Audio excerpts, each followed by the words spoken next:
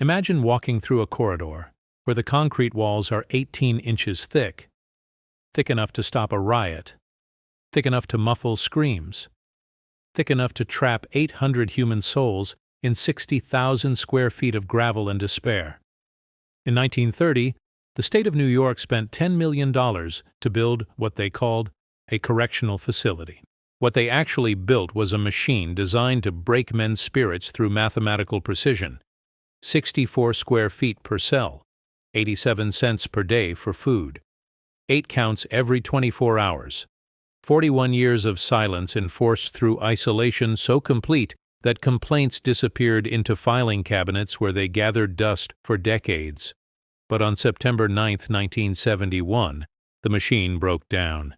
In 4 days, this fortress would become the site of the bloodiest prison uprising in American history. 43 lives lost. A nation forced to confront what we had built in the name of justice. The architects who designed Attica believed that control meant containment, that order meant silence, that security meant burying problems 18 inches deep in concrete. They were wrong. Today we're opening the classified files on Attica. We're walking through the blueprints of a system that was designed to fail from day one. We're examining the forensic evidence of how a quest for absolute control created absolute chaos. This isn't just the story of a prison uprising. This is the anatomy of institutional violence, dissected with the precision of a coroner's report and the patience of an archaeological dig. If you've ever wondered how good intentions can create hellish outcomes, how bureaucratic indifference can trigger explosive violence, how the pursuit of order can generate chaos, then you're in the right place. We're about to uncover the blueprint of America's most notorious prison, one concrete block at a time. Welcome to the forensic examination of Attica. Let's begin. In the summer of 1930, the state of New York made a decision that would echo through American history for generations. They would build a fortress, not to keep enemies out, but to keep citizens in. They chose a patch of earth in western New York, 43 miles east of Buffalo, where the Tonawanda Creek winds through farmland that had known only the weight of cattle and the whisper of wind through corn. The town they picked was called Attica. Population, 2,000 souls who had never asked for what was coming. The land was cheap, $67 an acre in 1930 money. Adjust that for inflation, and the state was paying roughly $1,000 per acre in today's currency for what would become the most notorious prison in American history. But cheap land was only part of the calculation. The real genius was in the isolation. Attica sat far enough from Buffalo and Rochester that protests would be inconvenient, far enough from Albany that oversight would be sporadic, close enough to rail lines that human cargo could be delivered efficiently, quietly, without fanfare. The architects drew their blueprints with surgical precision. They planned for 1,200 inmates, 1,200 men in a facility designed around the mathematics of control. But even before ground was broken, even before the first shovel bit earth, the numbers were already wrong. Internal memos, buried in state archives for decades, reveal the truth. Planners knew the population would exceed capacity within 5 years. They built for 1,200, expecting 1,800. It was cheaper to build small and overcrowd later than to build correctly from the start. The irony was perfect, deadly, and entirely intentional. Construction began in earnest in 1931 during the deepest pit of the Great Depression. For the men who poured concrete and bent steel, this was salvation disguised as punishment. Union wages in the middle of economic collapse. They worked with the desperate efficiency of men who knew their own family's survival depended on building cages for other families' sons. The earth they leveled had supported Seneca longhouses for centuries before European settlers arrived. Archaeological surveys, required by federal law decades later, would reveal pottery shards, arrowheads, and burial sites beneath the concrete.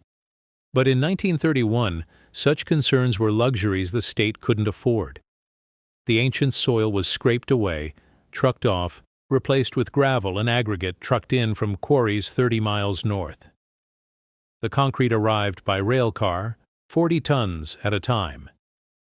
Portland cement mixed with sand from the shores of Lake Erie. Water drawn from wells punched deep into the Onondaga limestone that underlies all of western New York. Each wall would be 18 inches thick, not 12 inches like most institutional construction, not 24 inches like military fortifications. 18 inches represented a calculation, thick enough to stop a riot, thick enough to muffle screams, thin enough to keep costs manageable. The builders worked in sections, cell block by cell block, wall by wall. Each day, concrete trucks arrived before dawn and departed after dark. The sound of mixing, pouring, smoothing became the heartbeat of the town. Children walking to school could hear the industrial rhythm from a mile away. Families eating dinner felt the vibration of heavy machinery through their floorboards. But something else was being built into those walls, something the architects had calculated but never named. The walls were thick enough to stop sound from traveling outward, yes, but they also stopped sound from traveling inward, and they blocked something else entirely: natural light, natural air, natural connection between inside and outside. The men building Attica were constructing more than a prison. They were engineering sensory deprivation on an industrial scale. The cell blocks rose first. 5 stories of human storage, each floor identical to the one below. 40 cells per tier, 8 feet by 6 feet per cell, 48 square feet of living space. For perspective, that's smaller than most people's bathrooms, smaller than a parking space, just large enough for a cot, a toilet, a small metal desk bolted to the wall. The doors were steel, painted institutional green that would fade to gray within years.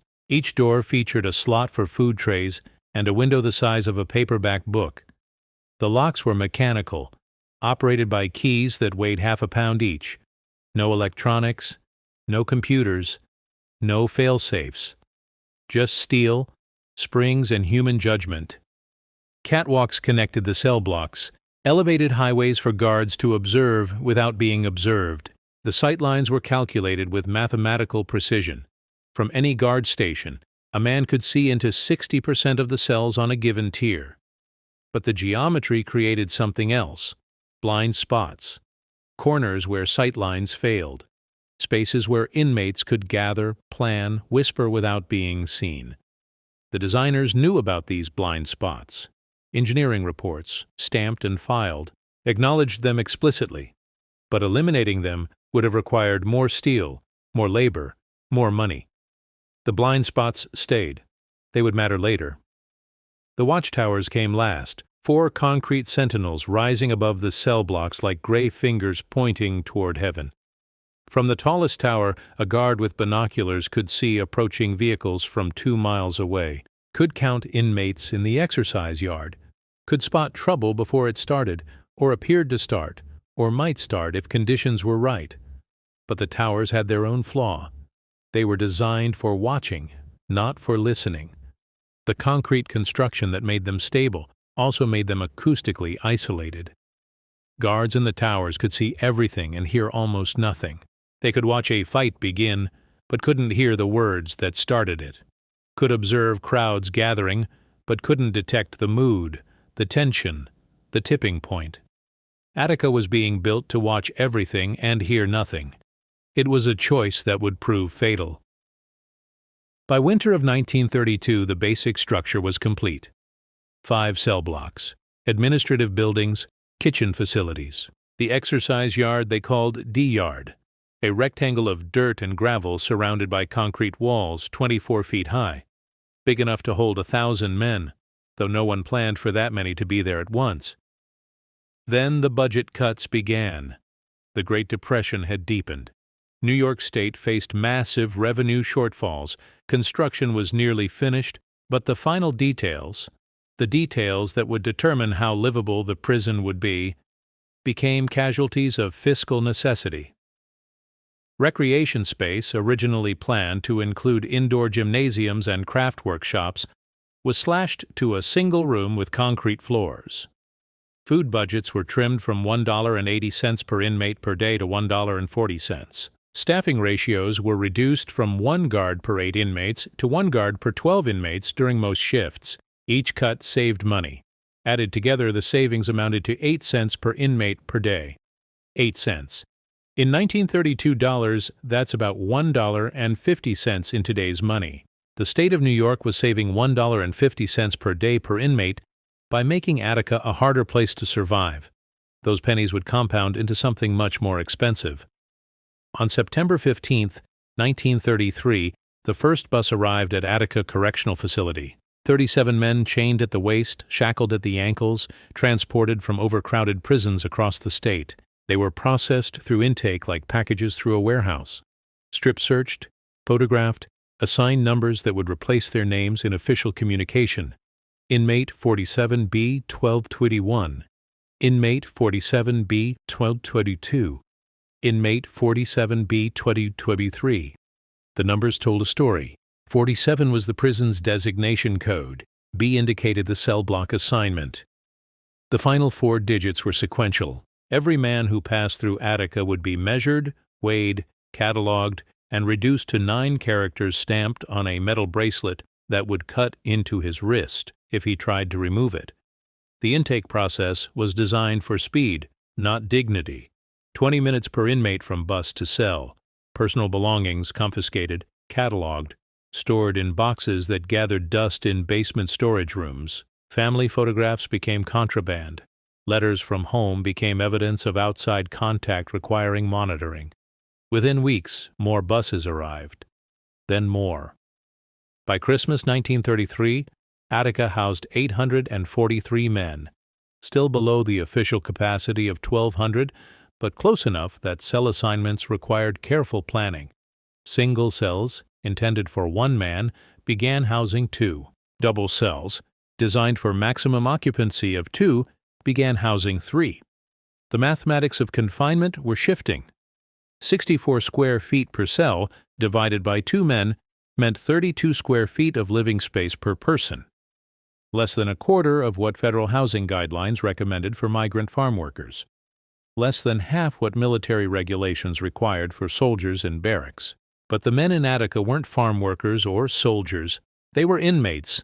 Different math applied. The first year passed quietly. Too quietly, some guards remarked. Men adapted to the routine because routine was all they had. Wake at 5:30, count at 6. Breakfast at 6:15. Work details at 7. Count at 11:30. Lunch at noon. Work details at 12:30. Count at 4. Dinner at 5. Recreation hour at 6. Count at 7:30. Lights out at 9. 8 counts per day. 66,000 counts per year. Guards walking cell to cell, clipboards in hand, marking present or absent, accounted for or missing. The counting became hypnotic, mechanical, the heartbeat of the institution. Men learned to stand at their cell doors at count time, to make eye contact with guards, to be visible and therefore safe. Between counts, silence ruled. Talking during movement between cells was prohibited. Talking during meals was discouraged. Talking during work details was allowed only when necessary for task completion. The silence wasn't just policy, it was architecture. The 18-inch concrete walls absorbed sound, deadened conversation, turned human voices into whispers that died before they traveled. Men developed hand signals, facial expressions, ways of communicating that didn't require sound. They learned to read mood and posture, to detect danger in the way someone walked, to identify allies and enemies without exchanging words. Complaints began appearing in the warden's files within months. Food portions too small, medical care inadequate, cell temperatures too cold in winter, too hot in summer. Work assignments arbitrary and punitive, mail censorship excessive. Each complaint was logged, filed, and forwarded through bureaucratic channels that stretched from Attica to Albany to Washington, growing longer and slower with each transfer. Responses, when they came, were form letters acknowledging receipt and promising review. Reviews, when they happened, concluded that conditions were within acceptable parameters for a maximum security facility. Acceptable parameters. The phrase appeared dozens of times in official correspondence. Never defined, never quantified, always cited as justification for maintaining status quo. Acceptable to whom? According to what standard? Based on whose experience? These questions never received answers. As 1934 turned to 1935, then 1936, then 1937, the pattern solidified. Complaints filed, reviews promised, conditions unchanged. The system wasn't broken, it was working exactly as designed. Problems weren't solved. They were absorbed into institutional routine until they became invisible. Pressure was accumulating with nowhere to go. Like steam in a sealed boiler, it was building force behind walls thick enough to contain it. For now. But steam, given enough time and heat, will always find a way out. The only question is whether it escapes slowly through a relief valve or all at once through an explosion. Attica had no relief valve. It was built to seal shut and stay sealed.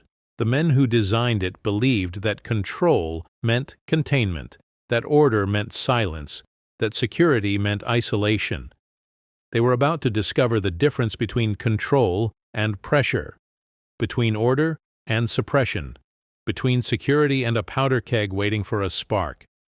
The machine they had built was perfect, perfectly efficient, perfectly isolated, perfectly quiet, and perfectly unstable.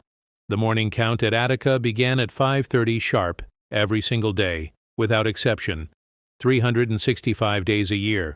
Leap years meant 366. Guards carried clipboards and pencils worn down to stubs, walking cell to cell in a rhythm that had become as predictable as sunrise. Cell Block A. 40 men per tier, 5 tiers, 200 total. Cell Block B. Same count. Cell Block C, D, E. The numbers were supposed to add up to the same total every time. Supposed to. But human beings make mistakes. Guards miscount. Inmates hide. Sometimes deliberately, sometimes accidentally, sometimes because they're dead. A missed count could shut down the entire facility. Every door locked, every movement stopped, guards retracing steps, rechecking numbers, searching cells again. The whole prison held in suspended animation until every inmate was accounted for. It happened twice a month on average, more often in winter when seasonal depression made guards careless and inmates unpredictable. The count was everything. The count was control. The count was the thin mathematical line between order and chaos. 1,200 men, give or take, tracked by hand on paper forms that went into file cabinets that grew thicker every year. No computers, no electronic monitoring, no backup systems. Just human beings with clipboards, counting other human beings like livestock. The keys were iron, hand-forged in a shop in Buffalo, each one unique to its specific lock. Guards carried key rings that weighed 8 pounds when fully loaded, 37 keys per ring, 37 different locks between the outside world and the deepest cells of the prison.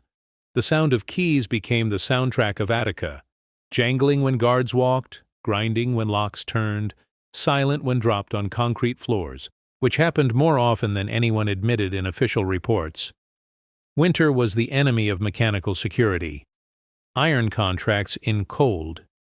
Locks that worked smoothly in September would stick and jam by December. Guards learned to carry small bottles of oil, heating them against their bodies to keep the liquid from freezing. They learned to breathe on keys before inserting them, to use body heat to expand metal just enough to make connections work. In January of 1941, during the coldest week in Western New York history, 37 locks failed simultaneously. Not because of sabotage, not because of inmate interference, because the temperature dropped to 18 degrees below zero and the iron simply refused to cooperate. Guards found themselves locked out of their own prison, standing in the snow while inmates remained secure in cells that couldn't be opened until the metal warmed enough to function. The incident was classified as a security breach and buried in files marked confidential, but inmates heard about it. Inmates always heard. Word traveled through the prison faster than official communication traveled through administrative channels. The story grew with each telling.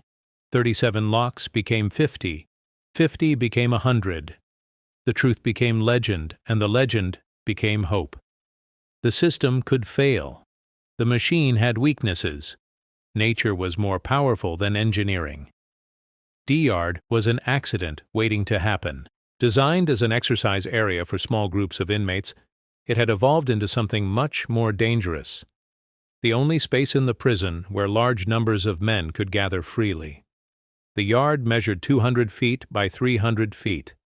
60,000 square feet of gravel and dirt, surrounded by concrete walls that rose 24 feet into the air. 60,000 square feet sounds spacious until you do the math. A football field, including end zones, covers 57,600 square feet. D-Yard was slightly larger than a football field, but without the organization of a football field. No yard lines, no boundaries, no designated positions or assigned territories, just open space where men could move freely for 1 hour per day. During peak recreation periods, 800 men might be in D-Yard simultaneously. 800 men in 60,000 square feet equals 75 square feet per person. Picture a square 7.5 feet on each side. That's not much room to move when you're surrounded by 799 other men who've been locked in cells the size of parking spaces for 23 hours straight. The yard became a social ecosystem. Racial groups claimed territories by unspoken agreement. Black inmates gathered near the east wall. White inmates near the west. Latino inmates, growing in number each year, carved out space near the south wall. The north wall, closest to the guard towers, remained neutral ground where business could be conducted under direct supervision. Business meant trade, cigarettes for information, food for protection, sexual favors for safety, services for commissary credits.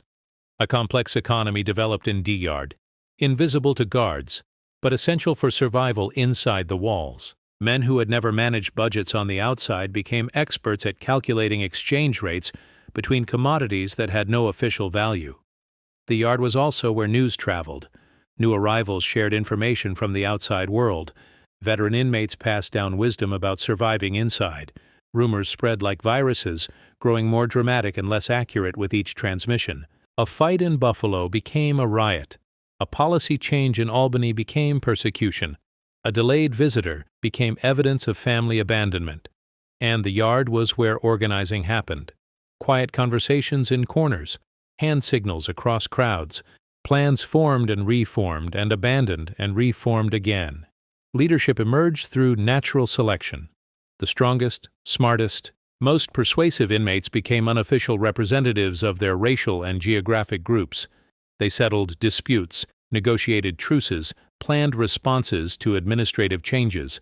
Guards watched from the towers but couldn't hear the conversations that mattered. They could see men gathering but couldn't detect the purpose of the gatherings. They could observe patterns but couldn't decode meanings. The distance between watchers and watched was more than physical.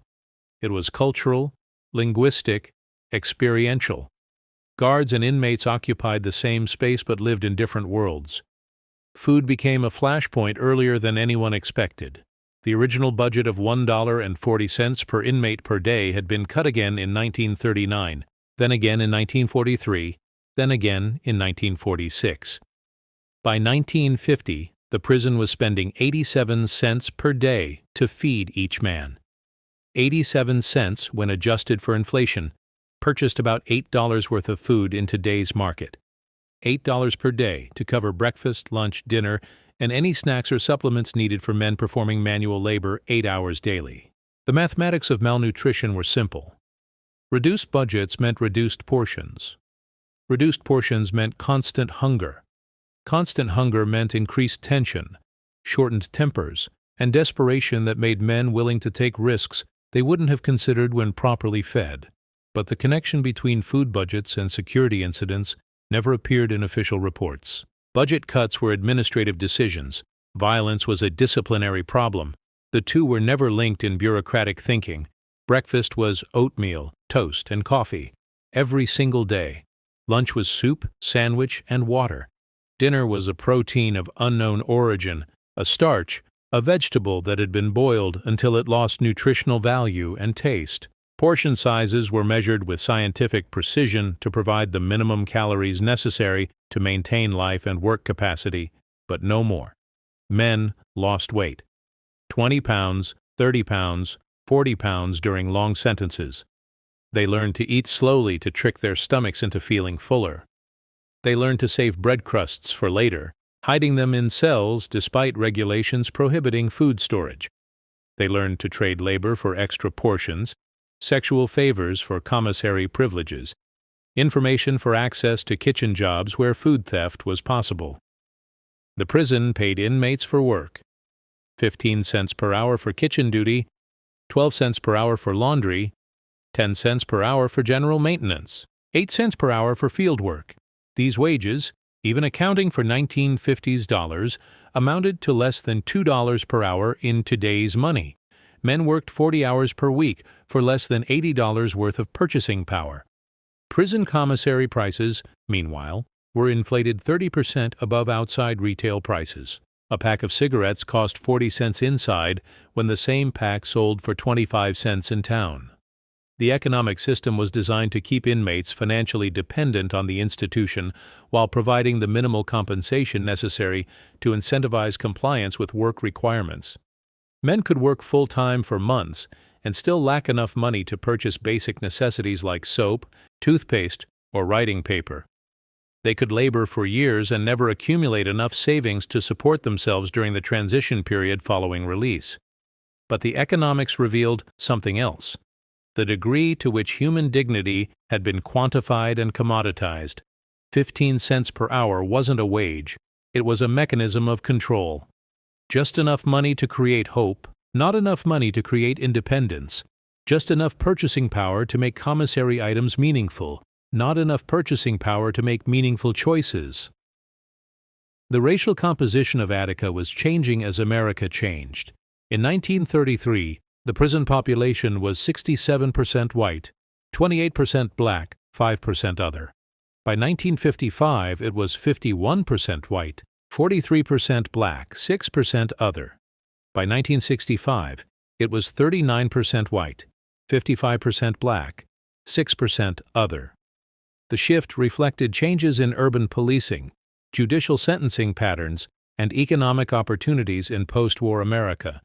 But the guard force remained 96% white throughout this period.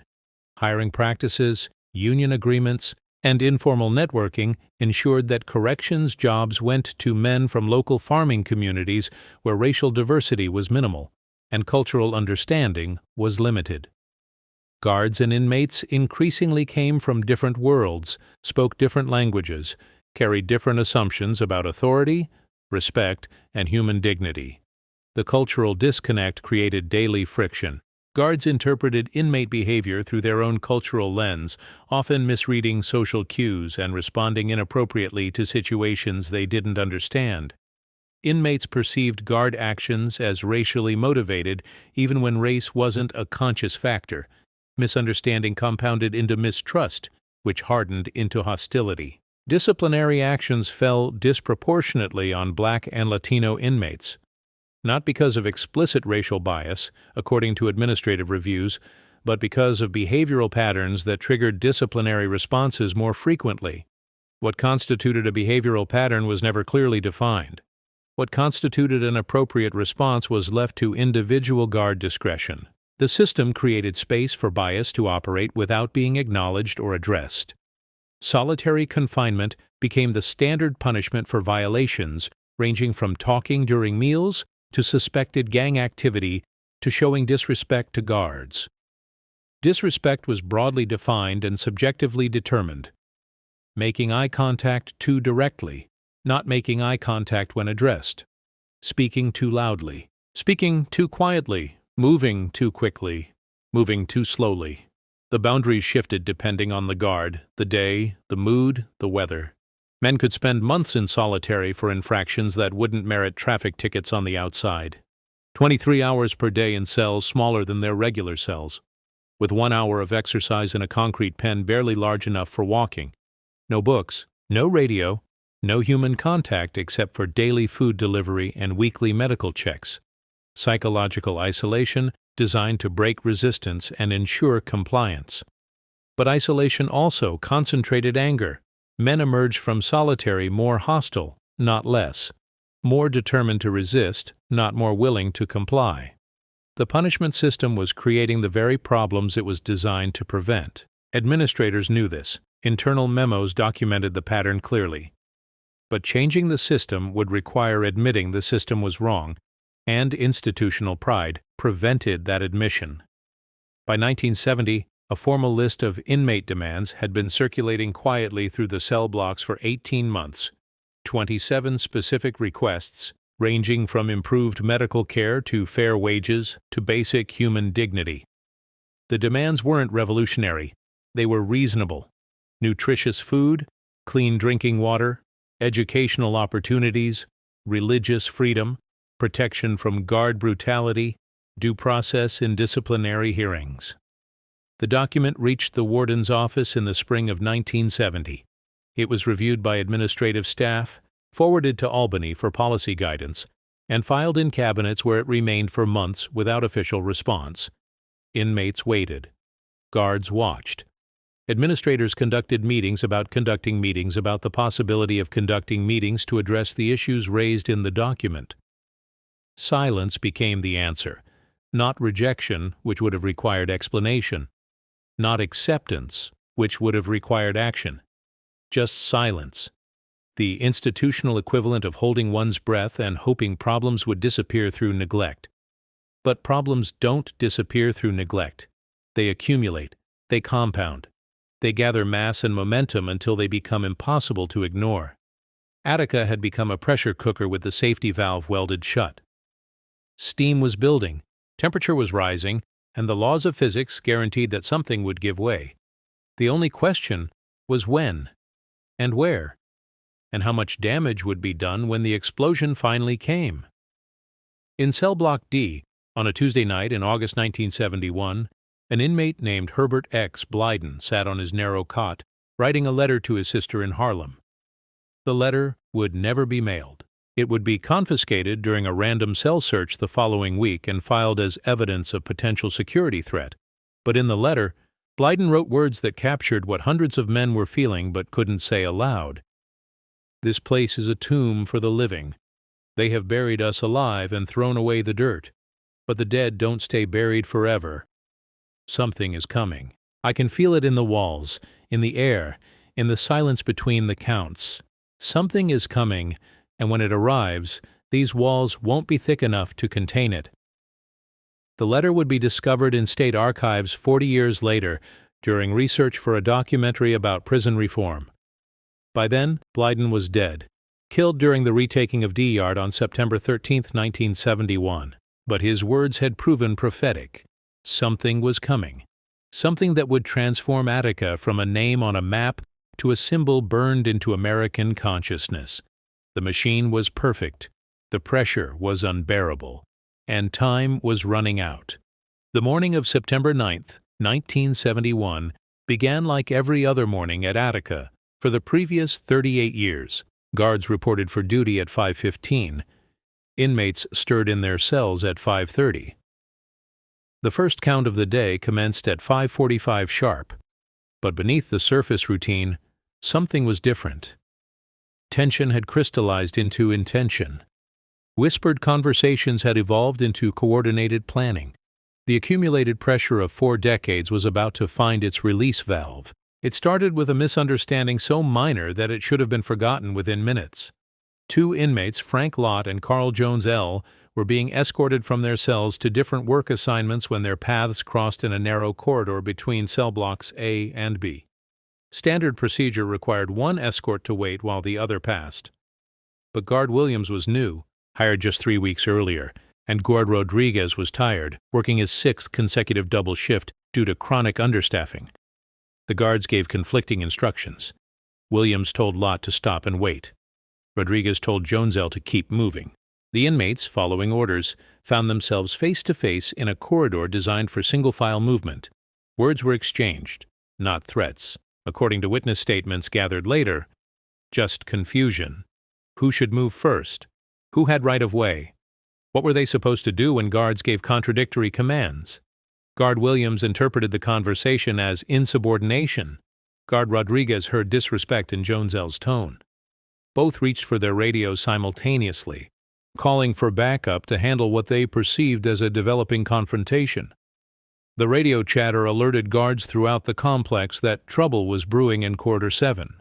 Within 90 seconds, 6 guards had converged on 2 confused inmates who were guilty of nothing more than being in the wrong place when communication broke down. The presence of 6 guards transformed a minor incident into a major situation. Inmates walking to work assignments stopped to watch.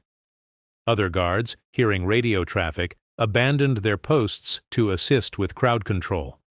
The mathematics of incarceration shifted in real time. Fewer guards at their assigned positions meant less supervision in cell blocks. Less supervision meant more opportunities for communication between inmates who normally remained isolated. More communication meant faster transmission of information about events in Corridor 7. By 6:30 that morning, every inmate in Attica knew that something had happened. By 7 o'clock, they knew that Lott and Jonesel had been taken to solitary confinement pending disciplinary review. By 8 o'clock, they knew that the incident had been classified as attempted assault on correctional officers, which carried automatic penalties of extended solitary and loss of privileges. The facts didn't matter. What mattered was the pattern, another misunderstanding becoming a disciplinary action, another example of inmates being punished for guard mistakes, another demonstration that the system was designed to find guilt, not determine truth. Work details that morning proceeded normally. Inmates reported to kitchen duty, laundry assignment, maintenance projects. Guards conducted routine inspections, filed routine reports, followed routine procedures, but routine had become a mask covering something much more volatile. Men went through the motions of compliance while coordinating plans for resistance. The communication network inside Attica was sophisticated, invisible, and faster than official channels. Hand signals during movement between buildings, coded conversations during work assignments. Messages passed through the commissary, the library, the medical unit. Leadership had emerged organically over months of careful observation and quiet testing. Not appointed leadership, but natural leadership based on intelligence, courage, and ability to think strategically under pressure. L.D. Barkley had become the unofficial spokesman for black inmates. A 21-year-old serving time for robbery, he possessed a combination of street credibility and intellectual sophistication that made him effective at bridging different factions within the prison. He could speak the language of policy with administrators and the language of survival with fellow inmates. Frank Smith represented white inmates, though his authority was more limited due to greater racial fragmentation among the white population. Tommy Hicks spoke for Puerto Rican inmates, a growing demographic that had been largely ignored in previous organizing efforts. Native American inmates, though small in number, had found their voice through John Hill, a Mohawk activist serving time for assault charges stemming from civil rights demonstrations. These men had been meeting informally for months, using recreation time in D-Yard to discuss strategy and coordinate responses to administrative actions. They weren't plotting revolution. They were planning negotiation. Their goal wasn't destruction of the institution, but reform of conditions that had become unbearable for human survival with dignity. The demands they had formulated were comprehensive but reasonable. Adequate medical care, including treatment for drug addiction and mental illness. Educational opportunities beyond basic literacy. Job training programs that would provide marketable skills for post-release employment. Religious freedom, including access to Muslim clergy and dietary accommodations. Due process and disciplinary hearings, with inmate representation and appeal procedures. Most importantly, they demanded an end to brutal treatment by guards, an end to beatings during cell searches, an end to sexual assault in isolated areas of the prison, an end to psychological torture through prolonged solitary confinement, an end to racial discrimination in job assignments, disciplinary actions, and access to privileges. The demands had been presented formally to Warden Vincent Mancusi in June 1971. The presentation had been respectful, organized, and backed by documentation of specific incidents and policy violations. Mancusi had promised to review the demands and respond within 30 days. 30 days had become 60. 60 had become 90. By September, no response had been received, and patience was exhausted. The plan that emerged was simple and calculated. During the morning recreation period, when maximum numbers of inmates would be in D-yard, they would refuse to return to their cells when ordered. They would occupy the yard peacefully, present their demands publicly, and invite outside observers to witness conditions inside the prison. No violence, no hostages, no destruction of property, just civil disobedience designed to force attention to problems that had been ignored for too long. But plans made in prison cells don't account for chaos theory.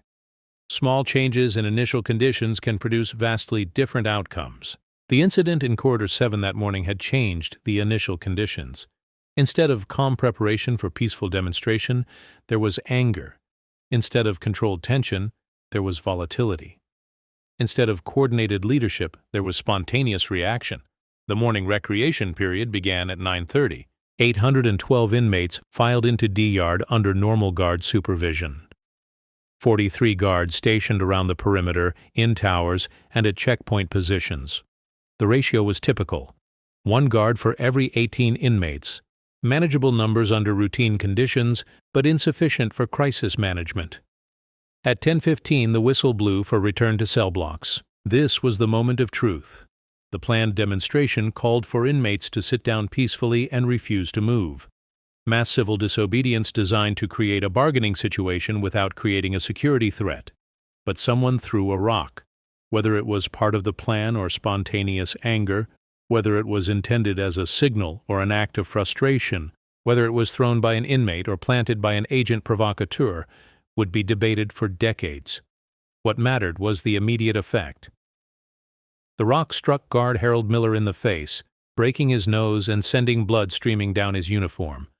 Chaos erupted instantly. Guards reached for weapons and radios. Inmates scattered, some trying to distance themselves from trouble, others moving toward it. The carefully planned peaceful demonstration disintegrated into spontaneous rebellion. Leadership lost control. Strategy gave way to survival instinct. Guard Miller's radio call for medical assistance was garbled, adrenaline making his voice incomprehensible. Other guards heard fragments. Officer down. Blood. Yard. They interpreted partial information as worst-case scenario and responded accordingly. Gates were locked. Alarms sounded. Emergency protocols activated. Within minutes, D-yard was sealed with 800 inmates inside and all guards evacuated. The lockdown procedure, designed to contain riots, had created the very situation it was intended to prevent. Instead of scattered incidents throughout the prison, all potential trouble was concentrated in one space. Instead of small groups that could be managed individually, there was a massive crowd with nowhere to go. The inmates found themselves in possession of 60,000 square feet of prison territory with no plan for what to do with it. The peaceful demonstration they had prepared for was no longer possible. The violent uprising they had never intended was becoming reality. Leadership tried to reassert control, but events had acquired their own momentum. Some inmates ran toward the gates, testing whether they were truly locked in. Others gathered near the walls, trying to understand their situation. A few climbed onto buildings within the yard, gaining elevated positions to survey the scene. Most stood still, waiting to see what would happen next. What happened next was that 43 correctional officers became hostages. The guards hadn't escaped during the initial evacuation. Some had been trapped when gates locked automatically. Others had been surrounded by crowds before they could reach exits. A few had chosen to stay, believing they could maintain control through personal relationships with individual inmates. Guard Quinn, a 30-year veteran who was known for treating inmates with basic respect, found himself surrounded by men who had no intention of harming him. Guard Jackson, notorious for his brutality during cell searches, discovered that his reputation had preceded him into a very dangerous situation. Guard Thompson, new enough that most inmates didn't know his name, became a symbol of the system rather than an individual human being. The hostages changed everything. What began as civil disobedience had become kidnapping. What started as peaceful demonstration had become violent crime. Federal jurisdiction was automatically triggered. State authorities were obligated to treat the situation as a terrorist incident rather than a labor dispute. But the inmates holding D-Yard weren't terrorists. They were men who had been pushed beyond endurance and found themselves in possession of leverage they had never sought and didn't know how to use. They had guards' lives in their hands and no experience with the responsibility that entailed. L.D. Barkley emerged as primary spokesman for the inmates, not because he had been elected or appointed, but because he possessed the combination of intelligence and courage necessary to navigate an impossible situation. Speaking to guards, to fellow inmates, to anyone who would listen, he insisted that violence was not the goal. Reform was the goal. Justice was the goal. Recognition of basic human dignity was the goal. The hostages would not be harmed, Barkley announced, if negotiations proceeded in good faith. The inmates wanted to present their demands to state officials with authority to make changes. They wanted outside observers present to witness the proceedings and ensure fair treatment. They wanted media access to tell their side of the story that had never been heard. Word of the situation reached Albany within hours. Governor Nelson Rockefeller was informed that Attica was under inmate control, that hostages were being held, that negotiation requests had been made. His response was immediate and uncompromising. Law and order would be restored. The state would not negotiate with criminals. Force would be used if necessary. But Rockefeller was facing an election year, and public opinion would matter. The situation needed to be resolved quickly, decisively, and without political damage. Negotiations might be attempted, but they would be conducted from a position of strength, not compromise. Any agreement would have to demonstrate state authority, not inmate power. Commissioner Russell Oswald, head of the state's correctional system, was dispatched to Attica with authority to negotiate. But his mandate was clear: restore order, protect hostages, maintain institutional security.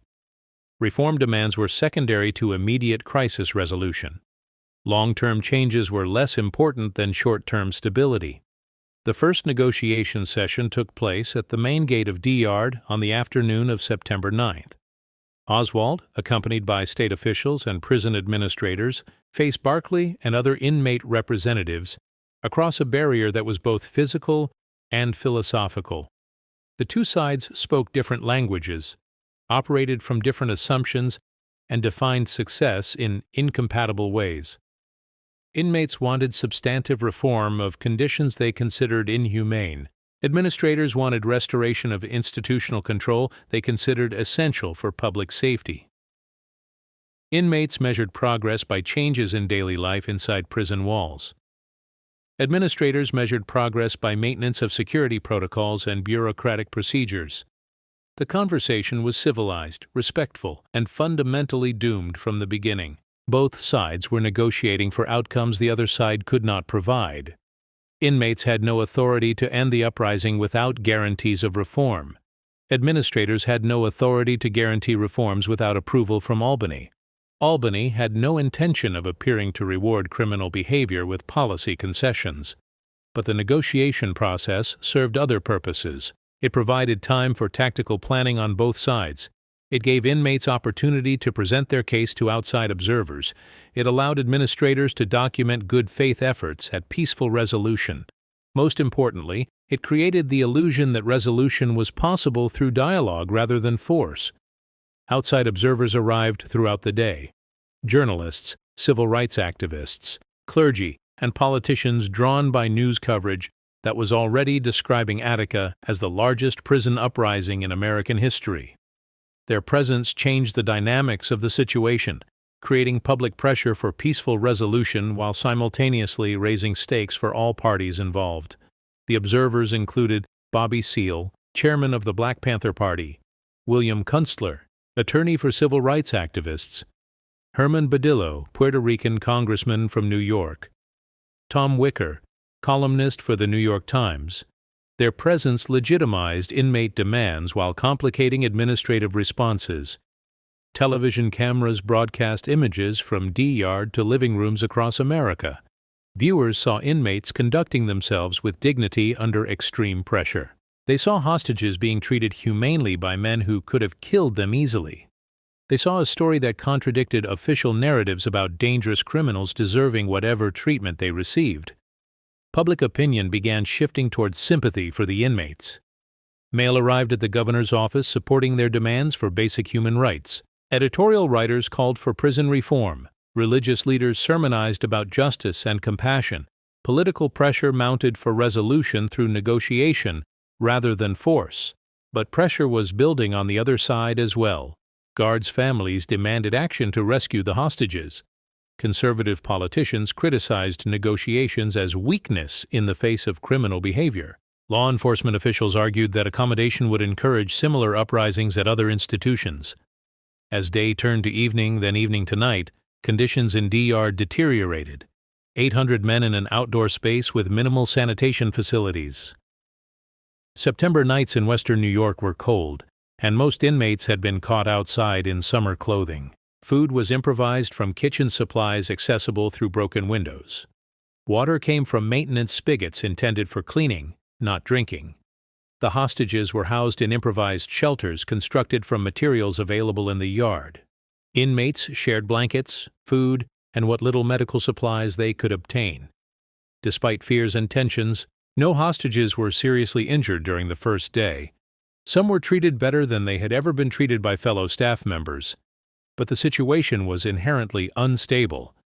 800 men under extreme stress, with minimal leadership structure, no clear goals, and no exit strategy. Rival factions competed for influence. Personal grudges threatened to explode into violence. The pressure that had built up over decades was now concentrated into a few thousand square feet, with nowhere else to go. As midnight approached on September 9th, L.D. Barkley stood before the crowd of inmates and spoke words that would be remembered long after the crisis ended. "We are men. We are not beasts, and we do not intend to be beaten or driven as such. What has happened here is but the sound before the fury of those who are oppressed. We will not compromise on any point that involves the dignity of human beings." The die was cast. Attica had become more than a prison uprising.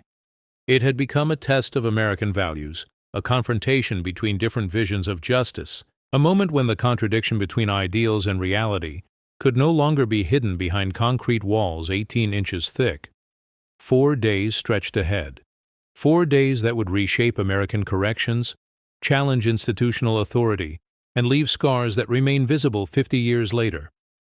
The machine had finally broken down. The pressure had found its release, and nobody, not inmates, not administrators, not observers, not the American public, was prepared for what would follow. The silence between the counts had been broken. What replaced it was something much louder, much more dangerous, and impossible to contain within the walls that had held it for so long. The negotiating table was a sheet of plywood balanced on concrete blocks, set up 50 feet inside D-yard where everyone could see, but not everyone could hear. Commissioner Oswald sat across from L.D. Barkley, Frank Smith, Tommy Hicks, and John Hill, while 800 inmates watched from behind makeshift barricades and 43 hostages waited in improvised shelters scattered throughout the yard. The demands were read aloud, point by point, in voices that carried across the concrete and steel. 27 specific requests that had taken months to formulate and years of suffering to inspire. But as each demand was presented, the gap between what inmates needed and what the state could provide became clearer. Demand number 1: adequate medical care, including psychiatric treatment and drug rehabilitation programs. Oswald explained that medical staffing was controlled by civil service regulations, that psychiatric programs required legislative appropriations, that drug treatment was the responsibility of the Department of Health, not corrections. He could promise to review procedures, but he couldn't guarantee results. Demand number 7: nutritious meals with adequate portions. Oswald noted that food budgets were set by the legislature, that nutritional standards were established by federal guidelines, that portion sizes were calculated by professional dietitians. He could promise to examine menus, but he couldn't change fundamental resource allocations. Demand number 15. Due process in disciplinary proceedings, with inmate representation and appeal procedures. Oswald explained that disciplinary authority was essential for institutional security, that inmates had no legal standing to represent other inmates, that appeal processes already existed through administrative channels. He could promise to review policies, but he couldn't compromise guard authority. Each response followed the same pattern: acknowledgement of the concern, explanation of bureaucratic constraints, promise to study the issue, refusal to guarantee substantive change. Oswald wasn't being evasive, he was being accurate. The state correctional system was a massive bureaucracy with layers of authority, competing jurisdictions, and legal limitations that prevented any individual from making comprehensive reforms. But the inmates hadn't seized D-Yard to hear explanations of bureaucratic complexity. They had risked everything to force changes that seemed simple and obvious to men living under conditions that violated basic human dignity. The gap between their expectations and administrative reality was unbridgeable. Tom Wicker, the New York Times columnist serving as an outside observer, watched the proceedings with growing concern. Both sides were operating in good faith, but they were negotiating for different outcomes. Inmates wanted transformation of their daily existence. Administrators wanted restoration of institutional control. Neither side could provide what the other side needed most. The presence of outside observers complicated negotiations in ways nobody had anticipated. Their legitimacy came from independence, but independence meant they couldn't guarantee anything. They could witness agreements, but they couldn't enforce them. They could document promises, but they couldn't ensure promises would be kept after cameras left and public attention moved elsewhere. Bobby Seale spoke passionately about prisoner rights and systemic racism, energizing inmates but making administrators nervous about appearing to negotiate with radical activists. William Kunstler provided legal expertise about constitutional protections, but also brought decades of experience with government officials who made promises they never intended to keep. Herman Badillo offered political insights about legislative processes, but also realistic assessments of what was possible within existing power structures. The observers wanted peaceful resolution as much as anyone, but their presence had raised stakes beyond what negotiation could satisfy. National media attention meant that any agreement would be scrutinized by millions of Americans with strong opinions about crime, punishment, and social order. Political implications extended far beyond the walls of Attica.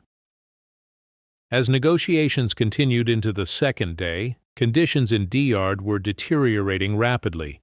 September rain had turned dirt and gravel into mud. Improvised sanitation systems were failing under the pressure of 800 men in a space designed for temporary occupancy by smaller groups.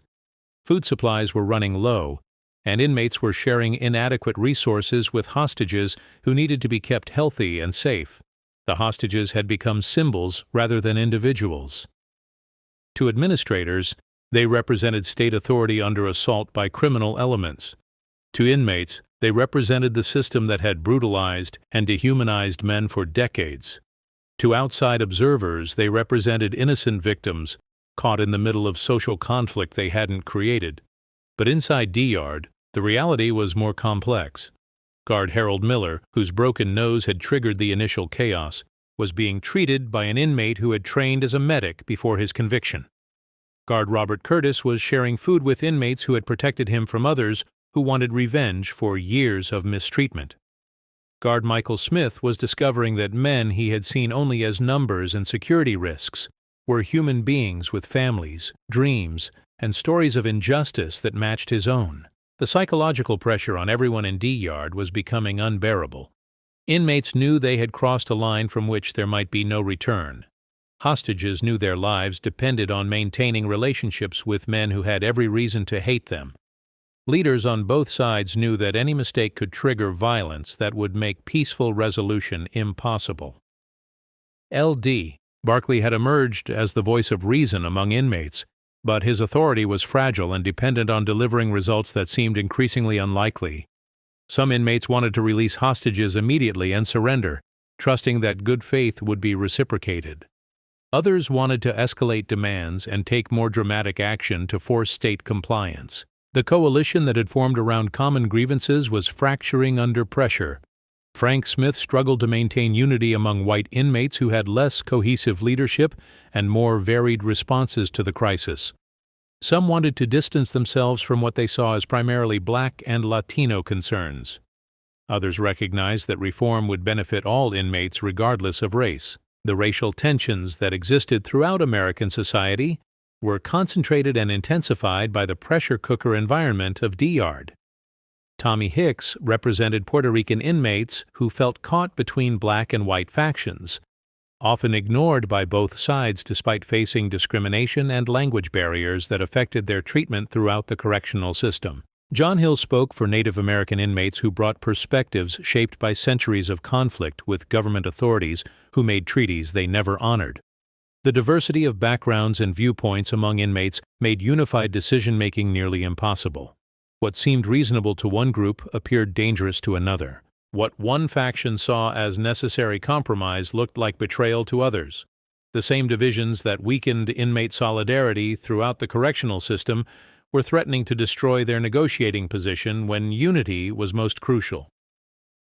Meanwhile, outside D-Yard, pressure was building for decisive action. Governor Rockefeller was receiving contradictory advice from security officials who wanted immediate assault and political advisors who warned of electoral consequences from televised violence.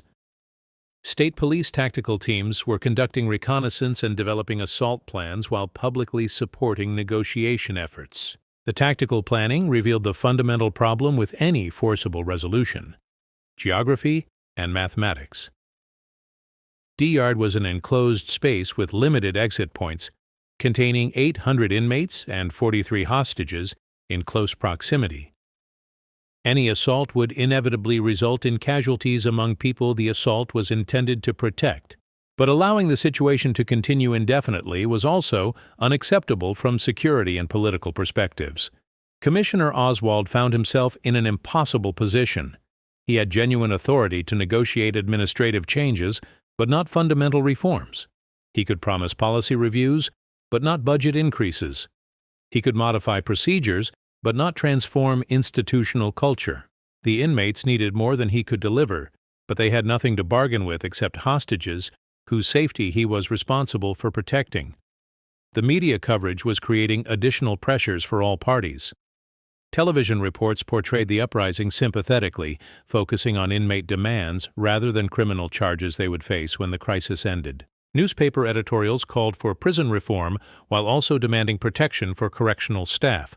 Public opinion polls showed Americans divided between sympathy for inmate grievances and support for law enforcement. Religious leaders arrived to offer spiritual guidance and practical mediation. The presence of clergy added moral authority to calls for peaceful resolution, but also highlighted the ethical dimensions of decisions being made by political officials. Archbishop Fulton Sheen spoke about human dignity and divine justice. Rabbi Abraham Heschel connected the crisis to larger questions about social responsibility and institutional violence. But religion also complicated negotiations by introducing absolute moral principles into pragmatic political calculations. Faith communities demanded justice, but defined justice in ways that were incompatible with political necessities. They called for forgiveness and redemption, concepts that had little meaning within correctional bureaucracies focused on security and control. As the third day began, exhaustion was affecting decision-making on all sides. Inmates had been sleeping outdoors in September weather with inadequate clothing and bedding. Hostages were under constant stress, uncertain about their fate, and increasingly concerned about family members who knew they were in danger. Negotiators were working around the clock, trying to find solutions to problems that had developed over decades. The breakthrough seemed to come during afternoon negotiations on September 11th. Commissioner Oswald presented a revised proposal that addressed many inmate demands with specific commitments and timelines. Improved medical care would be implemented within 60 days. Food services would be reviewed and upgraded within 90 days. Disciplinary procedures would be modified to include additional due process protections. Most importantly, the state agreed to grant amnesty for all inmates involved in the uprising, except for specific acts of violence that resulted in serious injury or death. Since no one had been seriously injured during the first 3 days, this meant that most participants would face no additional criminal charges or disciplinary actions for their role in the demonstration. The proposal wasn't everything inmates had demanded, but it was substantial progress toward addressing their grievances. L.D. Barkley and other leaders spent hours discussing the offer with various groups throughout D-Yard. The consensus was cautious, but hopeful. The state had made significant concessions, and continued resistance seemed likely to produce diminishing returns. But there was one demand the state refused to consider: removal of Warden Mancusi and other administrative officials whom inmates blamed for the conditions that had led to the uprising. Personnel decisions were administrative matters beyond the scope of negotiation with inmates. Disciplinary actions against staff, if warranted, would be handled through internal procedures after the crisis was resolved. The personnel issue became a sticking point that threatened to derail the entire agreement. Some inmates argued that keeping the same administrators in place would guarantee that any reforms would be reversed as soon as public attention moved elsewhere. Others maintained that meaningful policy changes were more important than symbolic personnel changes. As debate continued into the evening, another factor entered the equation: intelligence reports suggesting that state patience was exhausted. Radio communications intercepted by inmates indicated that tactical assault teams were being positioned around the prison. Helicopter surveillance had intensified. The window for negotiated settlement appeared to be closing rapidly. The final negotiation session took place on the evening of September 12th. Commissioner Oswald presented what he described as the state's final offer. The policy reforms he had outlined earlier would be implemented, but there would be no amnesty for participants in the uprising. Criminal charges would be filed, and administrative disciplinary actions would proceed according to standard procedures. The change in position was devastating. Inmates had been negotiating in good faith, believing that peaceful resolution was possible if they demonstrated restraint and reasonableness.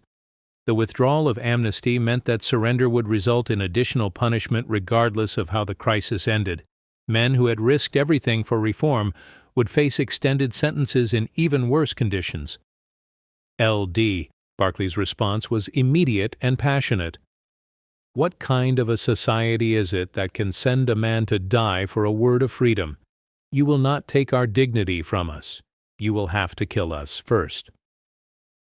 The words carried across D-Yard, across television broadcasts, and into American homes where families were watching the drama unfold in real time. The negotiation had failed. The state had withdrawn its offer of mercy. The inmates had exhausted their political options. What remained was a terrible calculation. Surrender meant accepting punishment for demanding basic human rights. Continued resistance meant facing assault by heavily armed tactical teams. Either choice led to suffering, but one preserved dignity while the other surrendered it. The vote was taken informally by acclamation rather than formal balloting. Group by group, inmates voiced their decision. They would not surrender unconditionally. They would maintain control of D-Yard and continue protecting hostages, hoping that public pressure would eventually force state authorities to honor the reforms they had promised and withdrawn. It was a decision born of desperation, not strategy. A choice made by men who had nothing left to lose except their lives and their principles. They had demanded justice and been offered procedures. They had requested dignity and received bureaucracy. They had sought reform and encountered political calculation. As midnight approached on September 12th, 800 inmates settled into what everyone knew would be their last night in control of D-Yard. Hostages tried to sleep in improvised shelters, guarded by men who had become protectors rather than captors. Leaders attempted to prepare for assault they could not prevent and could not survive. Outside the walls, final preparations were underway for an operation that would be remembered as one of the bloodiest episodes in American correctional history. Inside the walls, men wrote letters they hoped would reach their families, said prayers to gods they hoped were listening, and tried to find peace in the knowledge that they had stood up for principles worth dying for. The machine was about to reclaim its territory through violence it had always possessed, but rarely displayed so publicly. The pressure that had built for decades was about to be released in minutes of chaos that would scar everyone who survived and haunt American society for generations. Dawn was approaching, and with it, the reckoning that had become inevitable from the moment the first demand for dignity had been ignored, the first complaint had been filed away, the first cry for justice had met the silence of institutional indifference.